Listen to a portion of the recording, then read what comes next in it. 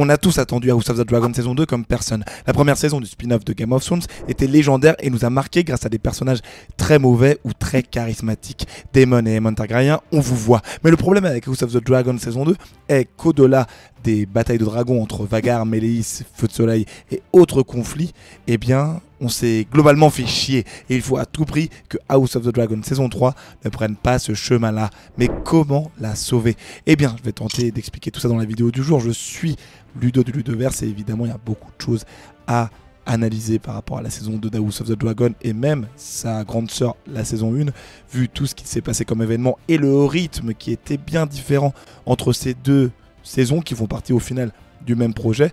Donc il y a eu pas mal de points faibles, et il y a eu aussi des points forts bien sûr, donc on va revenir là-dessus et mettre en place une sorte de plan pour éviter que la saison 3 d'House of the Dragon et la saison 4 qui conclura la série soit éclatée et puisse convaincre tout le monde. Voilà, j'espère que vous êtes bien installés car on est parti pour l'univers d'House of the Dragon. Let's go! On va naturellement commencer avec les problèmes que cette saison 2 d'House of the Dragon nous a dévoilés. Eh bien, je le redis encore une fois, c'était l'une des saisons les plus attendues. House of the Dragon saison 1 avait convaincu tout le monde, ou presque, grâce à son rythme, ses enjeux et l'avancée d'une intrigue qui était intéressante et qui faisait naturellement que le spectateur était engagé par rapport à ce qui se passait pour ces différents personnages qu'on découvrait donc dans cette saison, sauf si vous aviez lu, bien sûr, je vous le montre en rapide, Feu et Sang, qui est juste là et qui revient sur l'ensemble de l'histoire des Targaryens, la danse des dragons, ainsi que la conquête d'Aegon le Conquérant. Voilà, d'ailleurs, si vous voulez choper le livre, j'ai un lien dans la description, donc n'hésitez pas à aller checker tout ça. Mais évidemment, dans ce traitement des aventures des différents Targaryens qu'on suit dans House of the Dragon, eh bien, la saison 1 avait réussi quand même à respecter ce qui se passait dans le livre, à aller peut-être même un peu plus loin par rapport à certains moments, sans trop en ajouter, parce que voilà, l'histoire elle est quand même contée d'une manière où c'est en fait des spectateurs, si on peut dire, qui commentent sur les moments qu'ils ont vécu lors des différents règnes des Targaryens. Et bien sûr, il y avait quelques zones d'ombre et quelques, on va dire, pas théories, mais suppositions par rapport à ce qui se passait. Et c'est ce qui est montré globalement dans la saison 1 et la saison 2, et dans toutes les saisons d'House of the Dragon, vu qu'on a le point de vue des personnages principaux. Bref, elle était écrite, cette saison 1, d'une manière logique, qui faisait qu'on était avec eux. Et la saison 2, oui, aussi était écrite un peu dans ce style-là. Donc on va pas contredire certains événements qui sont arrivés, même s'il y a peut-être quelques points par-ci par-là qui faisaient que c'était un peu bizarre. Notamment, je pense, vous me direz ce que vous en pensez dans les commentaires. Bon, ça spoil évidemment la saison 2, mais le moment où Rhaenyra a pécho Mysaria et au final ça n'a rien donné de plus, ou encore les échanges qui apportaient effectivement quelque chose par rapport à la relation entre Rhaenyra Targaryen et Alicent Hightower, avec les changements de veste, bon je vais à Port-Réal, toi tu vas à Père-Dragon, on discute patati patata, mais au final c'était pas des plus intéressants. Mais pourquoi d'ailleurs ça ne l'était pas? Parce que c'est des moments qui avaient été traités dans la saison 1 et qui n'avaient pas forcément besoin de finalité. On va dire que dans le bouquin, Alicent et Rhaenyra, elles étaient présentées comme des personnages qui se détestaient à peu près au moment où Alicent elle s'est mariée avec Viserys. Et à partir de là, oui, il y avait vraiment une haine qui s'est développée, qui était présente, etc. Et on ne s'attendait pas forcément à ce qu'il nous présente un peu cette relation qui, pour ma part, je considérais qu'elle était arrivée à son terme, ou du moins, il n'avait pas besoin de l'étendre. Et c'est un autre gros problème de cette saison 2, c'est qu'ils ont eu une tendance à étendre des intrigues, mais vraiment à les presser comme des citrons, comme un citron même, jusqu'à ce qu'il n'y ait plus aucun jus et qu'on ait vraiment tout, mais sauf que parmi tout ce qui a été pressé, ils n'ont pas choisi d'extraire juste le nectar, ils ont extrait tout ce qu'il y avait de mauvais.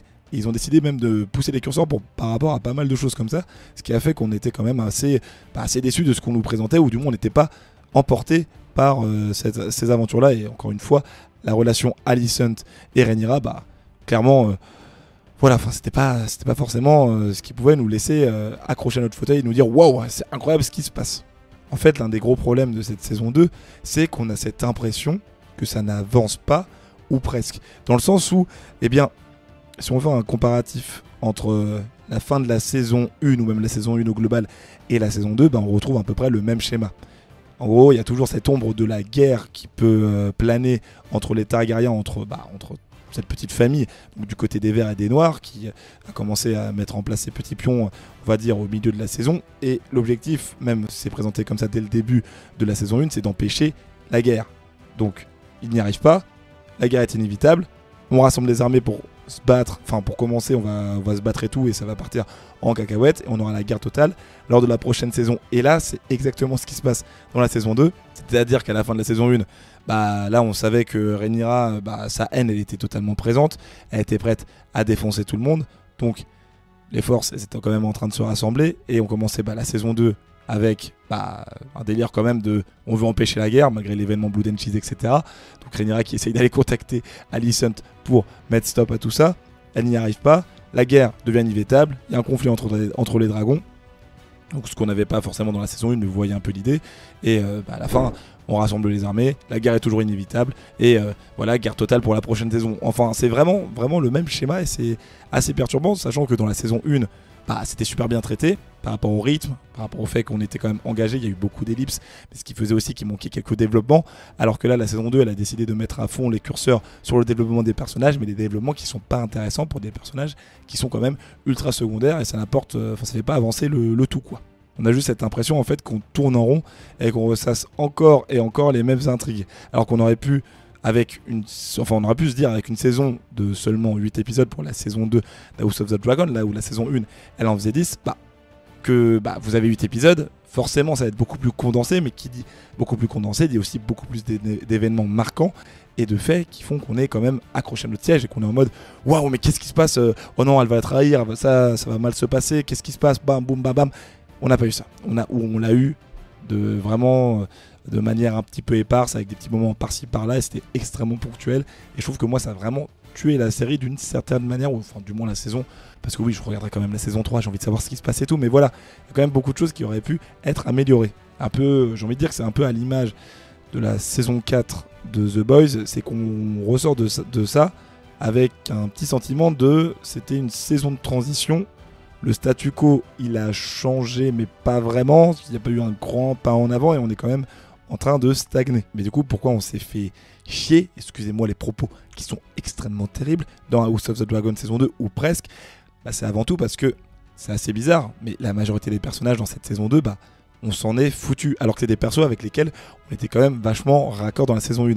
Je pense bien sûr à Daemon Targaryen, les fils de Corlys Velaryon, eux ils n'étaient pas dans la saison 1, mais vous voyez un peu l'idée, et après avec les nouveaux personnages qui sont apparus un peu par-ci par-là, dont comme les semences de dragon, Ulf Leblanc, Hugues Marteau, c'est sympa de les présenter, mais en même temps on est accroché à eux, mais pas vraiment en mode oh ça fait de la peine de les voir comme ça, enfin surtout pour Hugues Marteau, parce que Ulf Leblanc, il n'y a rien qui fait qu'on est accroché à lui. Bon, c'est un gars qui se saoule tout le temps, un peu misérable, un peu vantard et tout, mais sinon Hugues Marteau, on était quand même en mode oh purée, sa fille et tout, il a bien souffert, ok, on a un petit lien, mais voilà.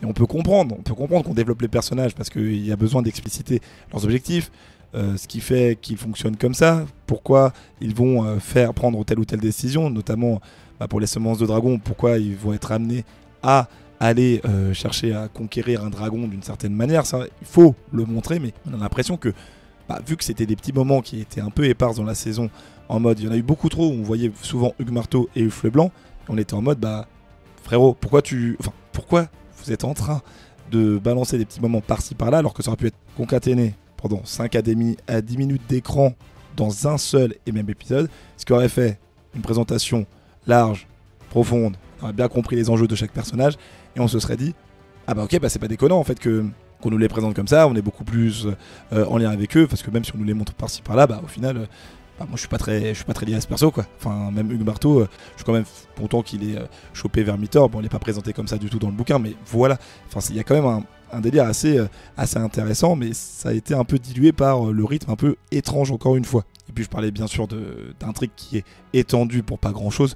Bien sûr, bon ça c'est remonté sur Twitter, c'est remonté sur tous les réseaux sociaux possibles et imaginables, et je suis totalement d'accord avec ça. C'est Daemon, qui n'était que l'ombre de lui-même pendant 6 épisodes de la saison 2, avec ses visions qui se multipliaient encore et encore pour, oui, d'accord, évolution du perso, petit caméo par-ci par-là, fin de service, on est content, mais en fait c'est trop étendu par rapport à ce qu'on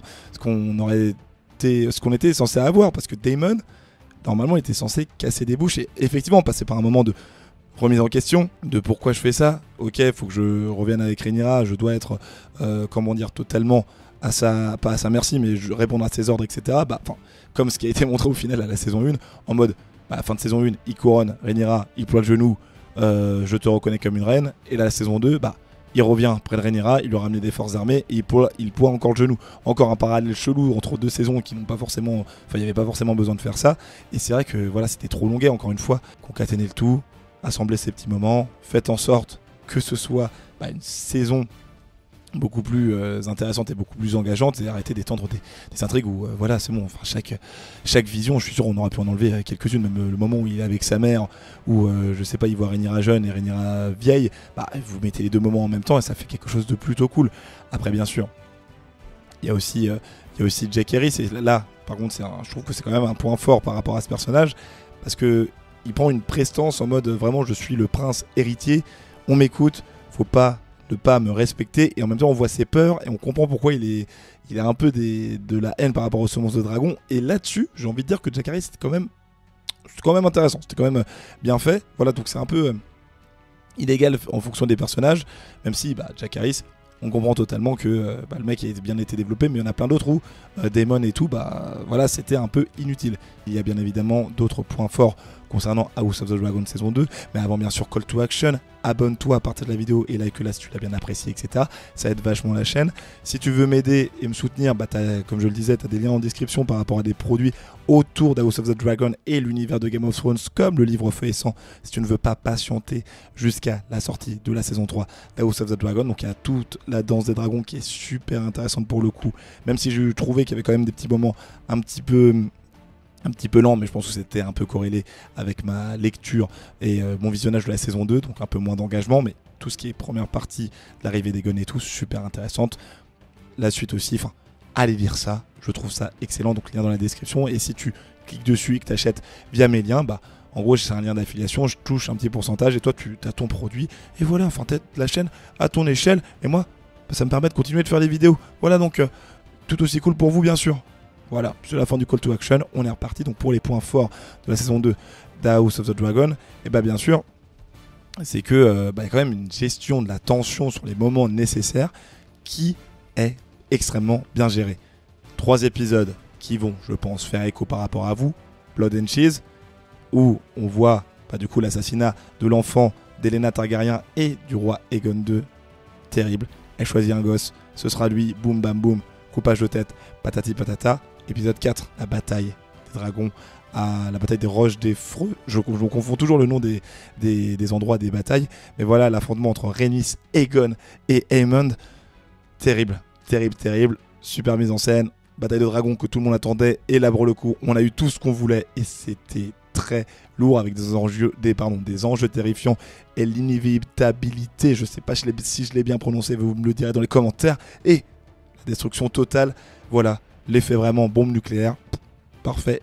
Et bien sûr, l'épisode 7. Et là, pour le coup, j'ai été vraiment accroché à mon siège. Que dis-je ? Je me suis levé de mon siège parce que c'était tellement fou. Le délire des semences des dragons avec Vermithor qui tue tout le monde. Et Hugues Marteau qui est là. Vas-y, viens mon pote. Masterclass, j'en ai beaucoup parlé sur la chaîne là-dessus d'ailleurs. Mais c'était vraiment incroyable. Donc, gros point fort par rapport à ça. Et puis, il y a d'autres persos qui étaient quand même extrêmement top. Je le trouve à suivre et en termes de développement.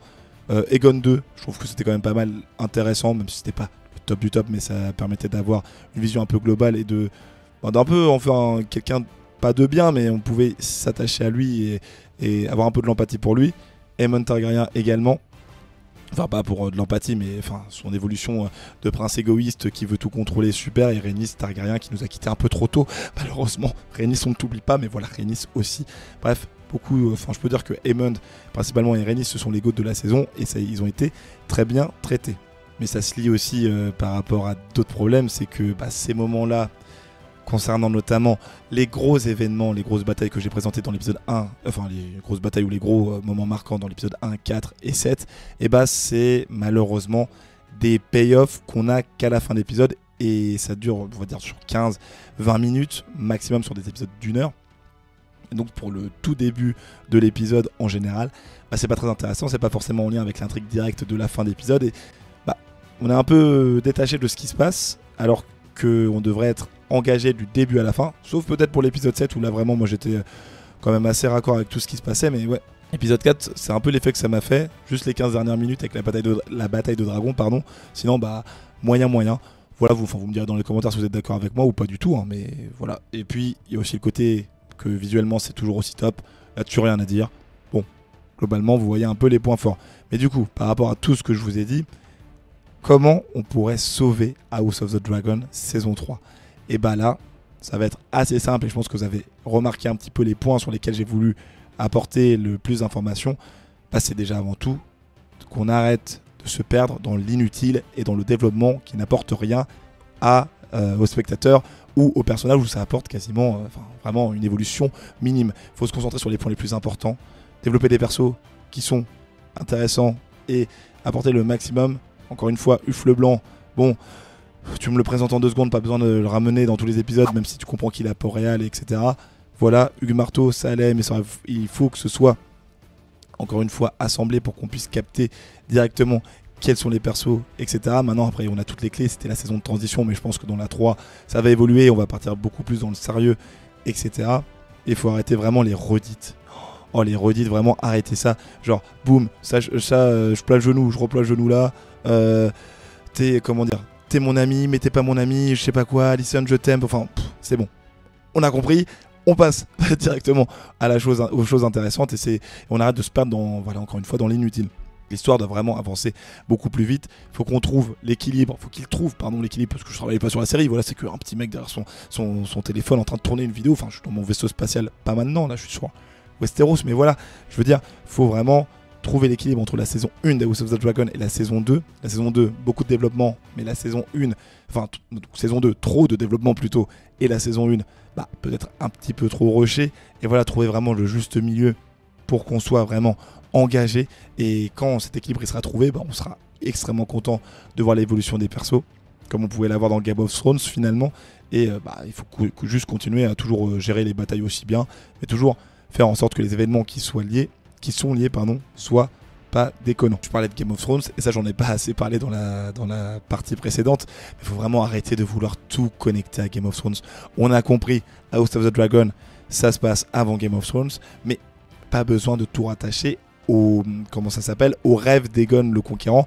On a compris les marchands blancs, patati patata, mais il faut arrêter de vraiment pousser les curseurs à chaque fois là-dessus, même si on comprend pourquoi du coup le changement de personnalité de Daemon il était intéressant par rapport à ça, mais on l'avait déjà aussi un petit peu quand même dans la fin de la saison 1, pas besoin de rajouter tout ça. Enfin, faut vraiment laisser ça un petit peu de côté et peut-être le ramener à certains moments logiques et intéressants, mais voilà, globalement, arrêtons de faire ça. Et il faut vraiment pas, du coup, qu'il rate les grands arcs de la saison 3 qui, je pense, vont bel et bien arriver. Donc, la première bataille du Gosier qui va être phénoménale, donc c'est la bataille qui est teasée à la fin de la saison 2, je vous en parle pas plus et j'ai fait des vidéos sur la chaîne qui en parlent d'ailleurs, ou tout simplement tout ce qui se passe autour de Port-Réal, et là je pense que ça peut être très très très cool. Voilà, en tout cas j'espère que ce sera phénoménal, il y a beaucoup de choses à dire, et c'est sûr je pense aussi qu'Elena Targaryen aura un rôle à jouer vu qu'elle a tout prévu, et j'en parle dans une vidéo qui se trouve juste ici, et si vous vous intéressez un petit peu à Alien et si vous vous demandez pourquoi ça aurait été fou si on avait eu Alien 5, j'ai fait une vidéo juste là qui vous présente tout. Voilà, c'était Ludo de Ludoverse, abonne-toi, lâche un like, salut!